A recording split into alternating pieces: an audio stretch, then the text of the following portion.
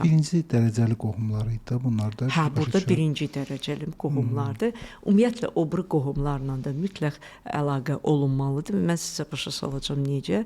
O əlaqə olmalıdır və siz ora girib çıxandan sonra, yaxud ünsiyyət qurandan sonra, indi Ramazan ayıdır, mübarək bayramdır, həm də Novruz bayram gəlir.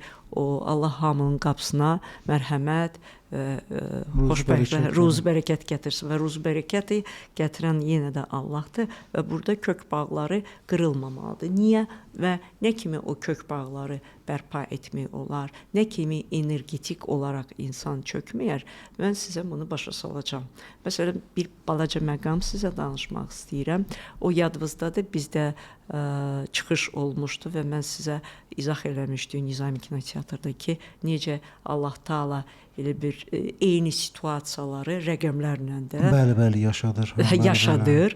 O çox maraq doğurmuşdu özünüzə. Yəni həqiqətən də bir dəfə o mövzunu belə çəkər ki, insanlar tez ayılsın. Ona görə ki, onlar artıq qəbula gələndə və rəqəmlərlə onlara sübut eləyəndə ki, niyə nəsil bağları kəsilməməlidir? Desən, Allah gedib amın başlayacağım, bircə qabağıma gəlin yaxud belə kürəkən çıxmasın. Başa düşdünüz? İnsanlar qorxur, əstağfurullah ki, Allah eləməsin, hadisə başlayacaq, öz evladlarında təkrarlanır, istər-istəməz. Bacımın yoldaşı pisdir, bacımdan danışmıram, amma burada eyni kürəkən gəlir, yaxud tərsinə.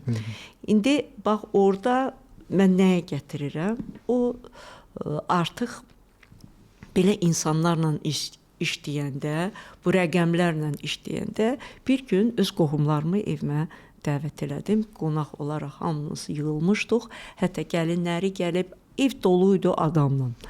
Təsəvvür edin ki, belə cüzi olaraq tez yemək yedi, yeməklərimizi yığışdırdıq. Bu əsas deyil, ayrıca gəl hesablayaq.